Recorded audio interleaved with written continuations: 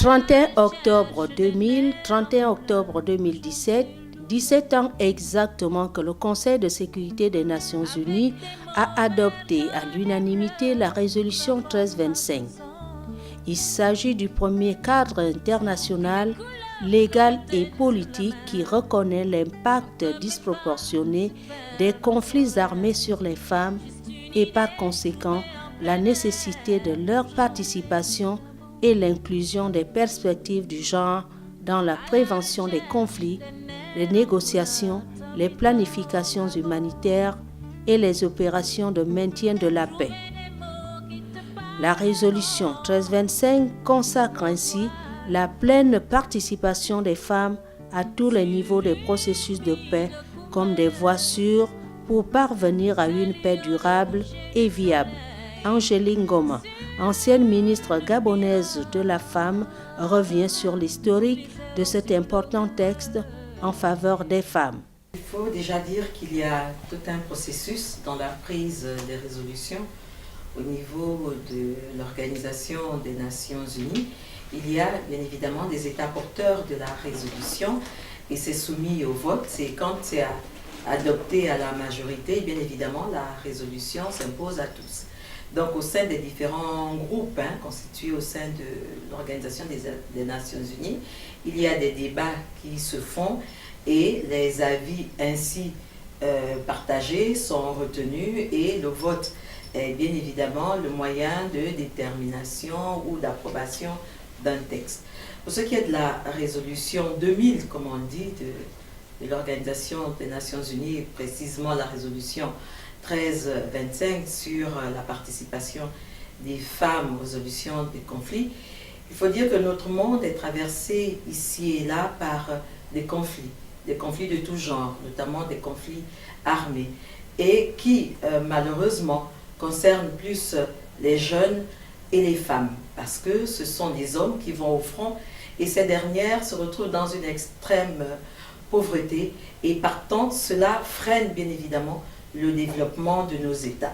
Il fallait donc que toutes les composantes de la société puissent être impliquées dans le cadre de la résolution de ces conflits, être amenées à trouver des solutions. La femme a cette particularité d'avoir le souci de l'avenir.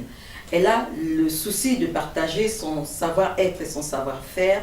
Elle est donc à même certainement, selon certaines situations, de trouver les mots justes pour apaiser les tensions, pour expliquer la nécessité pour les belligérants à arriver plutôt à un consensus, à trouver un mode de paix. Parce qu'un État sans développement n'est pas un État. 17 ans après, la résolution 1325 n'est toujours pas connue du public. Non, pas du tout. Pas du tout. Pas du tout. Vous savez au moins qu'il y a des lois qui existent pour favoriser les femmes, Tout à fait. Ça, pour assurer l'égalité homme-femme. Tout à fait. Là, je suis informé. Et l'égalité de la parité homme-femme existe. Et on le voit ici au Gabon. Il y a les femmes qui occupent des grandes fonctions au même titre que les hommes. Oui, ça c'est faisable ici au Gabon. Oui, j'ai entendu parler, mais pour être honnête, on a besoin de plus d'explications parce que ça reste encore comme certaines résolutions sur du papier. Mais je crois que les femmes aimeraient qu'on explique plus approfondi parce qu'il y a d'autres qui n'ont pas assez de courage pour, et qui ne se retrouvent pas encore là-dedans. Je ne connais pas cette loi-là. Donc je ne peux pas répondre sur quelque chose que je ne connais pas la portée. L'homme et la femme sont égaux devant Dieu. Il n'y a que la morphologie. L'homme, dans sa morphologie, il est plus fort que la femme. Mais au point de vue intellectuel, l'homme et la femme sont égaux. Aucune idée. Bon, ce sont des résolutions que l'on regarde comme ça lorsqu'on regarde Gabon Télévision. Mais en tant que tel, cette résolution, je n'en ai pas encore entendu parler. Mais déjà, il faut noter qu'au Gabon, on parle déjà de l'approche genre.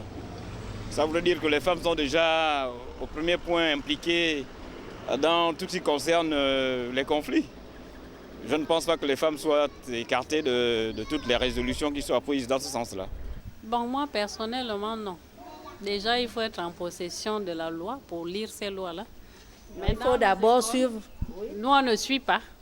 On est dans le programme de l'IPN et qui ne nous mentionne rien du tout en tant que femmes, en tant que nos droits. Et puis bon, on avance avec ce que nous on possède. C'est vrai qu'il y a des recherches extrascolaires qu'on peut faire nous-mêmes, mais bon, peut-être à mon niveau, pas des degrés d'instruction. Donc je ne suis pas au courant. Peut-être maintenant, là, je pourrais être au courant grâce à vous. D'abord, dans nos familles, je voudrais dire que la paix, qu'il s'agit peut-être dans une nation, elle doit commencer par la famille. Parce que tout homme est tiré à partir d'une famille. S'il n'y a pas de loi qui concerne véritablement la famille, la paix ne peut même pas exister dans une nation. S'il y a des conflits dans les familles, ce n'est pas dans la nation où il y aura la paix. Nous devons revoir nos familles.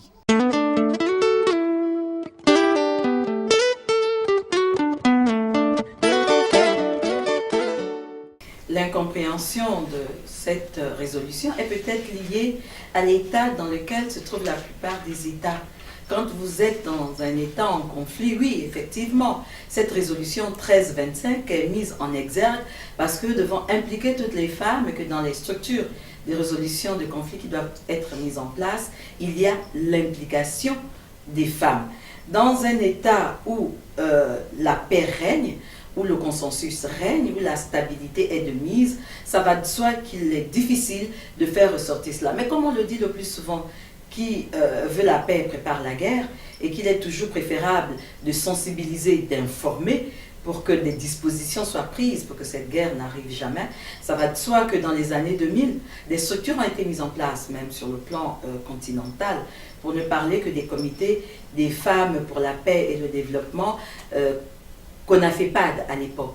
Ces structures avaient bien évidemment pour mission de sensibiliser les femmes, de mettre en place des structures de relais pour véhiculer ce message de paix, ce message d'amour à travers bien évidemment chacun de nos pays, et cela regroupait toutes les composantes. Vous aviez la partie gouvernementale, la partie législative, donc avec les parlementaires au féminin, et bien évidemment la société civile qui s'était fortement impliquée à cela.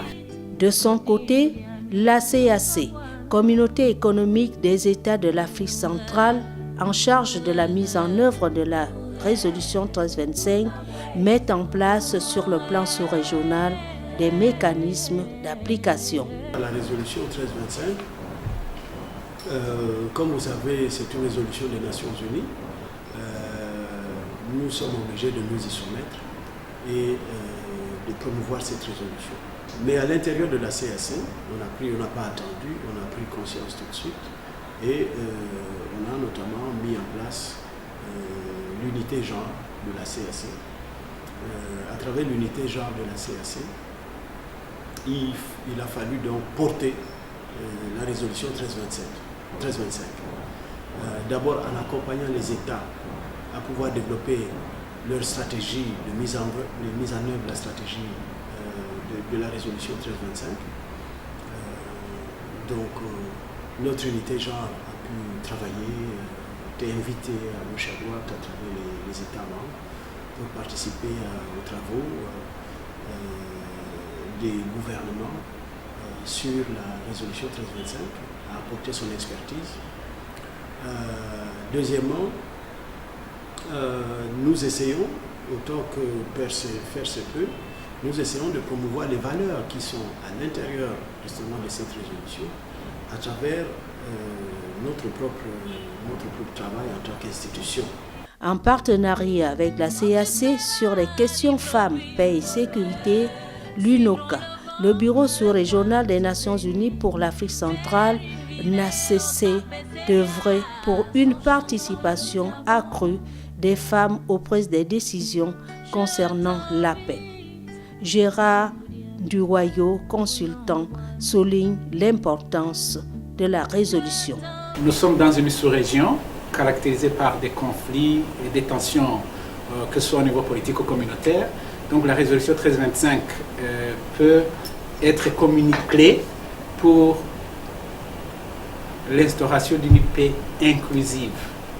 C'est vrai que traditionnellement, nous avons eu des processus qui engageaient majoritairement les hommes, avec comme objectif l'instauration d'une paix Mais avec la résolution 1325, la paix sera considérée comme un processus inclusif, ça veut dire qui inclut à la fois les hommes et les femmes, mais aussi un processus qui va offrir des dividendes à toutes les composantes sociales. Et la paix ne devrait être limitée aux hommes, à une catégorie de la population ou à une élite politique, mais plutôt s'adresser à toutes les composantes de la population. Donc, c'est une révolution sociopolitique et c'est aussi une nouvelle marque pour cette région que la paix devrait comprendre tous les aspects de la vie, pas seulement au niveau politique, mais aussi au niveau sociétal. Quand on parle de la résolution 1325, c'est l'implication des femmes, la présence des femmes à la table des négociations, la présence des femmes dans les processus de prévention, de gestion et de règlement des conflits, mais aussi la prise en compte de leurs besoins sexo-spécifiques quand il s'agit par exemple de considérer ou de trouver des solutions aux problèmes sécuritaires. Les problèmes sécuritaires ne se résument pas à une sécurité dans l'absolu. Il faut que cette sécurité concerne tous les aspects humains, ça veut dire les aspects de l'égalité homme-femme. Donc il faudrait qu'avec la résolution 1325, tous les avatars de la société de la région de l'Afrique centrale, ça veut dire les inégalités hommes-femmes, puissent trouver une solution à travers des processus politiques. Un message d'encouragement que la société civile gabonaise a saisi depuis quelques années. Certaines organisations féminines contribuent à la promotion, la préservation et la consolidation de la paix. À l'occasion de ce 17e anniversaire de la résolution 1325, dire qu'au niveau du Gabon, dans le cadre des regroupements de femmes, il y a des actions qui sont menées, notamment le groupe de travail Les femmes leaders pour la paix et la sécurité que je coordonne. Nous avons mené de nombreuses actions, non seulement pour vulgariser cette résolution qui doit être connue vraiment de toutes les femmes, parce que c'est un mandat qui nous a été donné pour qu'on puisse s'impliquer dans toutes les questions relatives à la paix. Et parmi les actions les plus récentes, il faut quand même rappeler que lorsqu'on parle de paix, dans cette résolution, on parle de 3 P, la protection, la prévention et la participation des femmes dans tous les processus de paix. Et on peut rappeler la participation des femmes lors du dialogue politique organisé au Gabon. Ça s'inscrit justement dans cette dynamique. Mais le lien souvent on ne fait pas le lien entre la paix et l'autonomisation de la femme. Tout simplement rappeler que parmi les éléments structurels des conflits, nous avons la pauvreté, nous avons la marginalisation, nous avons les frustrations, et là, les femmes sont les plus nombreuses concernées par les questions de paix, et il est plus qu'urgent que les femmes s'impliquent à quelque niveau que ce soit. Par rapport à l'application de cette résolution des Nations Unies, les pouvoirs publics du Gabon ont réagi à travers l'adoption de la loi sur les quotas de femmes. Cette loi prévoit entre autres qu'on réserve 30% des postes de décision aux femmes jusqu'à la place des femmes au cours des candidatures aux élections politiques. Donc je pense que à travers cela, le Parlement et le gouvernement ont réagi pour se mettre en phase avec cette résolution. Vous avez donc cette loi. Maintenant, la loi en elle-même ne suffit pas, puisque de toute façon, il faut bien que les femmes elles-mêmes s'impliquent. Comme vous le savez, ne devient pas député qui le souhaite. Si vous n'avez pas la volonté d'aller au combat politique, si vous n'avez pas la volonté d'apporter votre contribution, on ne viendra pas vous l'imposer. Je pense que la loi, elle est faite pour permettre à chaque femme d'accéder aux organes de décision, mais il revient maintenant à chacune d'entre elles de s'approprier cet instrument qu'est la loi, qui est mis à sa disposition, et de s'en servir.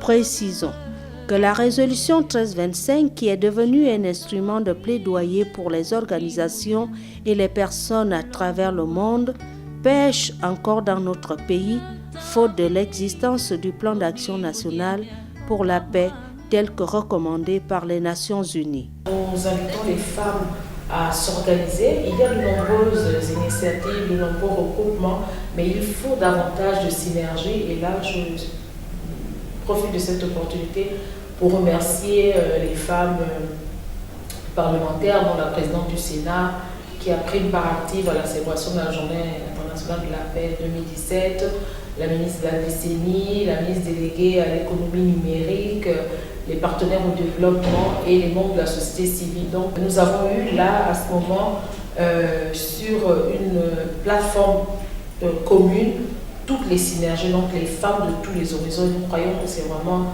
un départ pour renforcer ce qui était déjà fait et aller à un cran supérieur, notamment l'adoption du plan d'action national pour la paix au Gabon. Et pour accompagner toutes ces actions de vulgarisation et de sensibilisation sur la résolution 1325, la presse constitue la matière première. D'où la naissance du réseau des femmes des presses pour la paix et la sécurité en Afrique centrale, en abrégé FEPSAC, créé en 2016 à Yaoundé, au Cameroun, sous l'égide de l'UNOCA et la CAC. Les femmes des presses pour la paix et la sécurité en Afrique centrale est une organisation qui est très récente puisqu'elle a bientôt 1 an. Et nous avons été en fait invités à une rencontre par le Bureau des Nations Unies pour l'Afrique centrale, UNOCA, et la Communauté économique des États de l'Afrique centrale, la CEAC, à partager en fait nos expériences en tant que femmes éditrices, en tant que femmes des médias, en tant que femmes du 4e pouvoir. Et il nous a été présenté une résolution qui s'appelle la résolution 1325, que nous ne connaissions pas à l'époque, mais qui est une résolution qui a été votée au Conseil de sécurité des Nations Unies le 31 octobre 2000, et qui est une résolution qui est révolutionnaire, puisque c'est la première résolution qui est en faveur des femmes. Pourquoi en faveur des femmes? Parce qu'elle incite, elle implique, elle demande aux États membres de faire participer les femmes dans tous les processus de paix et de sécurité, notamment avec la résurgence des conflits. Nous nous sommes rendus compte que les premières victimes des conflits, c'étaient les femmes et les enfants.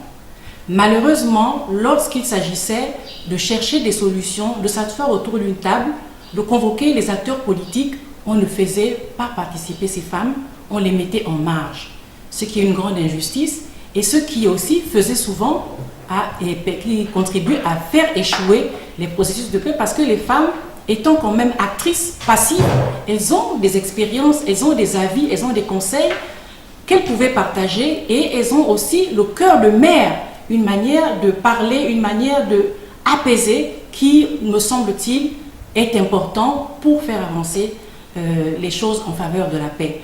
Pour la ministre déléguée en charge de la décennie de la femme, de l'égalité des chances et de l'investissement humain, le gouvernement se penche sur la question. D'abord, notre pays, qui est membre du système des Nations Unies, est un pays, un havre de paix. Et les autorités au tête desquelles le président de la République, son chef de l'État, son Excellence Ali Bongo Ondimba, et le Premier ministre Suzanne Gondet, œuvrent toujours pour que notre pays reste consolide cette paix qui a toujours caractérisé les Gabonais. Pour ce faire, le président de la République, dans sa politique, a mis les femmes au cœur de la résolution de certains problèmes. On peut citer l'implication des femmes dans certaines réunions à caractère politique ou social, pour essayer de résoudre les conflits qui minent notre pays. Parce qu'il n'y a pas longtemps, nous avons été secoués par des manifestations au sortir des élections. Les femmes ont été largement impliquées pour apaiser ces différences. Donc, elles ont été vraiment très impliquées dans le dialogue politique et social qui a été instauré par le président de la République. À côté de ça, il y a les femmes qui œuvrent dans les ONG, à côté desquelles l'association des femmes communicatrices, qui, je pense, dans leur action quotidienne et avec les autres, il n'y a pas longtemps, nous avons reçu le réseau des femmes pour la paix.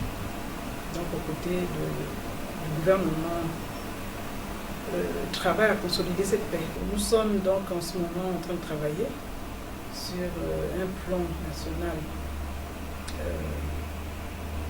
par rapport à cette résolution de la paix avec les ONG.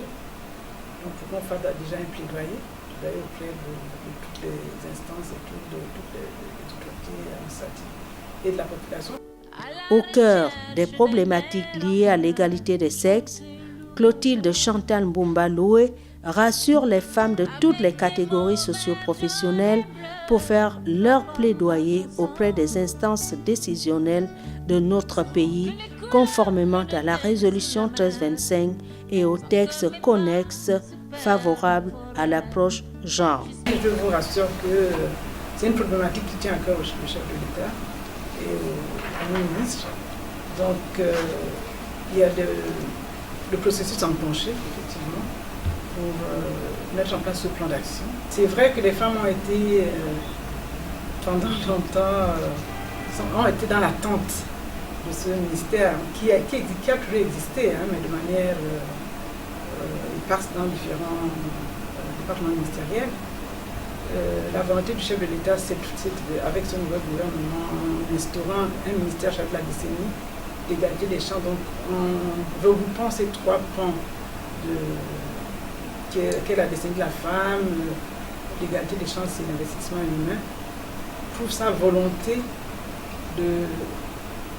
d'impliquer les femmes de manière concrète dans le processus de développement. Nous allons travailler à faire aboutir les programmes qui sont dans les départements opérationnels. En fait, c'est ça notre mission, de travailler avec les départements opérationnels sur toutes les problématiques qui concernent les femmes. Le défi de la mise en œuvre de la résolution 1325 demeure, car la persistance des inégalités entre hommes-femmes et des violences envers les femmes dans les situations de conflit nuit à la réalisation des objectifs de développement durable. Femmes, paix et sécurité, ensemble, mettons en œuvre la résolution 1325 du Conseil de sécurité des Nations Unies.